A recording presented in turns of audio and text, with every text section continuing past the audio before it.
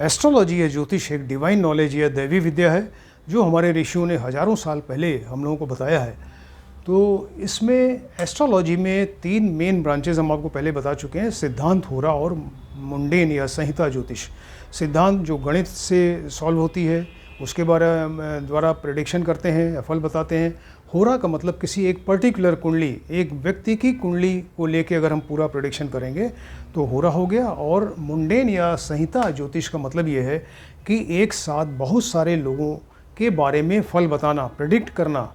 तो mundane astrology जो है इसमें बहुत सारी चीज़ें, जैसे मौसम है, बहुत तेज़ बारिश है, बाढ़ है या कम बारिश है, अकाल पड़ जाए या फसल नष्ट हो जाए, किसी तरह से अग्निकांड हो जाए या दुर्घटनाएं हो जाएं, भूकंप आ जाए, तो इससे बहुत सारे लोग एक साथ प्रभावित होते हैं।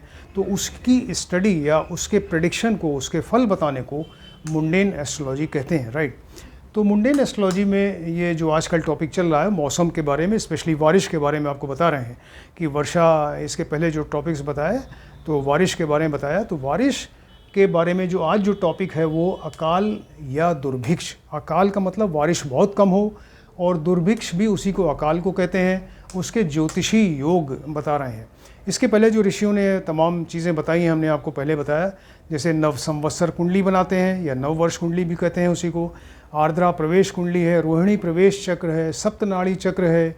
सूर्य चंद्रमा विभिन्न लिंग के नक्षत्रों में जब प्रवेश करते हैं तो उससे भी वर्षा का अनुमान लगाया जाता है। इस तरह से बहुत सारे तरीके हैं जो हम सब आपको पहले बता चुके हैं लेक्चर्स में। तो उसके अलावा ज्योतिषी योग भी होते हैं। उन सब के अलावा ये ज्योतिषी योग भी बताए गए। ज्योतिषी योग का मतलब ये है कि ग्रह अपनी ऑर्बिट्स में सूर्य का चक्कर बराबर लगा रहे हैं। उनकी ऑर्बिट्स फिक्स हैं। हर एक ग्रह की अपनी अपनी ऑर्बिट है, उसमें सूर्य का चक्कर लगाती जा रही है, बराबर ग्रह लगाते जा रहे हैं, राइट। तो जब ये चक्कर लगाते हैं तो उनके सामने कुछ समय पे कोई डिफरेंट नक्षत्र आएगा, कोई डिफरेंट राशि आएगी। तो कहते हैं ना कि ये वाला ग्रह अब इस राशि में गया, ये वाला ग्रह अब इस नक्षत्र में आ गया, इस तरीके से। तो वो ग्रहों के गोचर की वजह से वो नक्षत्र और जो राशियां बदलती जा रही हैं, और ग्रहों के आपस में जो उनकी युति है या दृष्टि, युति का मतलब कि एक साथ बैठ जाएं, कंजंक्शन या दृष्टि का मतलब आस्पेक्ट, एक ग्रह दूसरे पे दृष्टि डाल रहा है। तो इन सब चीज़ों की वजह से भी जो है वो उसी को ज्योतिषी योग कहते हैं। ग्रहों का आपस में जो योग बन रहा है उससे भी आप वर्षा का अनुमान लगा सकते हैं। और हमारे ऋषियों ने यह अकाल या दुर्भिक्ष से रिलेटेड बहुत सारे ज्योतिषी योग बताए हैं, जो आपको कुछ बताते हैं। इसमें इम्पोर्टेंट जो योग हैं, पहला नंबर है शनि 1, 5, 9 नंबर राशि में चला जाए, राइट। ये शनि का गोचर हो रहा है। तो शनि सैटर्न जो है वो 1 नंबर यानी मेष राशि, 5 नंबर यानी सिंह राशि, 9 नंबर मतलब धनु राशि। तो इस राशि में अगर गोचर में आए, शनि 1, 5, 9 नंबर राशि में हो और क्रूर ग्रहों से दृष्ट हो। क्रूर ग्रह होते हैं शनि, मंगल, राहु, केतु। तो शनि तो खुद ही क्रूर ग्रह है, और क्रूर ग्रहों से दृष्ट हो जाए, यानी मंगल है, राहु है, केतु, इन सब की दृष्टि आ जाए तो ये बारिश बहुत कम हो जाएगी और अकाल पड़ सकता है या दुर्भिक्ष होगा, राइट। तो शनि देखिए 1, 5, 9 नंबर राशि में आ रहा है। शनि इटसेल्फ एक क्रूर ग्रह है। 1, 5, 9 राशि होती है, ये है अग्नि तत्व राशियाँ। तो 1, 5, 9 अग्नि तत्व राशियाँ और क्रूर ग्रहों से दृष्ट भी है। यानी उसने तो एटमॉस्फेयर में आग लगा दिया, वो बारिश को एकदम रोक दिया। उसने बारिश के लिए इतना ऑब्स्ट्रक्शन क्रिएट कर दिया कि बारिश होने नहीं दे रहा है। तो शनि जो है वो अग्नि तत्व राशियाँ 1, 5, 9 में आया और क्रूर ग्रहों से जब दृष्ट हो गया तो बारिश बहुत कम हो गई और उससे अकाल या दुर्भिक्ष हो सकता है, राइट। इसी तरह से और भी योग बताया, जैसे मंगल भी एक क्रूर ग्रह है। ये 1, 2, 3, 5, 6, 7, 9 राशि में आ जाए। ये मतलब मेष राशि, वृष राशि, मिथुन राशि, सिंह, कन्या, तुला और या धनु राशि में अगर आए और वक्री हो जाए, इन राशियों में आके अगर वक्री हो जाता है, रेट्रोग्रेड हो जाए, तब भी बारिश बहुत कम हो जाएगी, अकाल पड़ सकता है, राइट। इसके बाद है मंगल और शनि, दोनों क्रूर ग्रह हैं। मंगल और शनि ये मीन राशि यानी गुरु की राशि में आ जाएं तो मंगल और शनि मीन राशि में आके अगर वक्री रेट्रोग्रेड हो जाए तब भी वर्षा के लिए एक अवरोध पैदा करेंगे, अब एक ऑब्स्ट्रक्शन क्रिएट करेंगे और वर्षा नहीं होने देंगे या बहुत कम होगी वर्षा।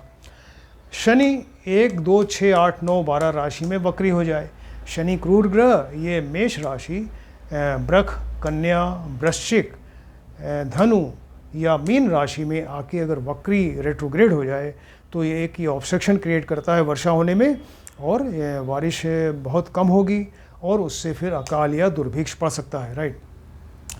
गुरु के साथ शनि और मंगल आ जाए, गुरु शनि, गुरु ये तीनों धनु राशि में आ जाएं, गुरु की अपनी स्वराशि है धनु राशि, राइट, सेजिटेरियस।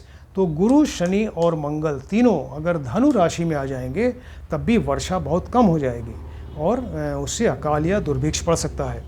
गुरु पेरीहीलियन एक वर्ड है, पेरीहीलियन, उसी को हिंदी में रवि नीच कहते हैं। तो पेरीहीलियन का मतलब होता है जब सूर्य पृथ्वी के काफ़ी नज़दीक आ जाता है, सूर्य और पृथ्वी का डिस्टेंस जब कम हो जाता है उसको पेरीहीलियन कहते हैं। उस समय गुरु जो है वो पेरीहीलियन में अगर चला जाए तो उससे बारिश बहुत कम हो जाएगी और अकाल पड़ सकता है। मंगल आश्लेषा नक्षत्र में आ जाए, मंगल गोचर ट्रांजिट हो रहा है तो मंगल आश्लेषा नक्षत्र में अगर पहुंच जाए तब भी बारिश बहुत कम होगी और अकाल पड़ सकता है।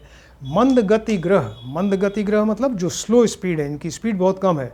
क्या क्या है इसमें? शनि, गुरु और राहु, ये तीन ग्रह जो हैं वो बहुत ही कम स्पीड में चलते हैं। तो मंद गति ग्रह तीव्र गति ग्रह से आगे हो जाए। तीव्र गति ग्रह का मतलब कि चंद्रमा, शुक्र, बुध ये वर्षा कारक ग्रह हैं। तीव्र गति ग्रह चंद्रमा, बुध, शुक्र, इनसे आगे अगर मंद गति ग्रह हो जाए यानी शनि, गुरु और राहु अगर इसके आगे हो जाए तीव्र गति से तो वर्षा में रुकावट होगी और अकाल पड़ सकता है। चंद्रमा जो एक इटसेल्फ एक वर्षा कारक ग्रह है, तो चंद्रमा के साथ क्रूर ग्रह आ जाए, क्रूर ग्रह मतलब मंगल, शनि, राहु, केतु अगर ये सब आ जाएं चंद्रमा के साथ तो ये वर्षा में एक अवरोध, ऑब्स्टेकल क्रिएट करेंगे, वर्षा होने नहीं देंगे और अकाल पड़ सकता है। वक्री ग्रह वर्षा कारक ग्रह से आगे हो जाए, वक्री ग्रह कोई हो रेट्रोग्रेड, वो वर्षा कारक ग्रह यानी चंद्रमा, शुक्र, बुध इन सब से अगर आगे चल रहा है और वो वर्षा कारक ग्रह पीछे हो गया तो वर्षा बहुत कम हो जाएगी और अकाल पड़ सकता है। इस तरीके से आपको बताया, कितने बढ़िया इन्फॉर्मेशन दिया है। ये हज़ारों साल पहले, थाउजेंड्स ऑफ ईयर्स बैक ये ऋषियों ने इस तरह की स्टडी किया जो आज टेलीस्कोप से सब देख रहे हैं। उस समय तो ना तो टेलीस्कोप था, ना कोई ऐसा मॉडर्न चीज़ थी, इक्विपमेंट था जिससे कि आप स्टडी कर सकें उस समय। वो उन्होंने अपनी दिव्य दृष्टि से सारी स्टडी करके ये सब चीज़ें बताई और यही नहीं बताया कि वो कौन सा ग्रह किस ऑर्बिट में किस स्पीड से घूम रहा है, कब मार्गी हो गया, कब वक्री हो गया, उसका असर क्या पड़ा पब्लिक के ऊपर या मौसम के ऊपर, आंधी तूफान, ग्रहण कब पड़ेगा, भूकंप कब आएगा, यह तमाम चीज़ें जो हैं, ये सब युद्ध कब होगा, ये सारे तमाम चीज़ें जो हैं ऋषियों ने बताई हैं। इतनी इम्पॉर्टेंट और इतना इंटरेस्टिंग एक सब्जेक्ट है, इसको आप भी स्टडी करें। आप हर एक इंडियन को जानना चाहिए इस सब्जेक्ट को और आप स्टडी करें। और अगर किसी ने हमारा चैनल सब्सक्राइब नहीं किया है काइंडली सब्सक्राइब करिए, हमारे सारे वीडियोज़ आप देखते जाइए। हम अच्छी तरह से आपको एक्सप्लेन कर रहे हैं चीज़ों को जिससे कि आपको आसानी से समझ में आ जाए और आप की नॉलेज बढ़े एस्ट्रोलॉजी में। Thank you.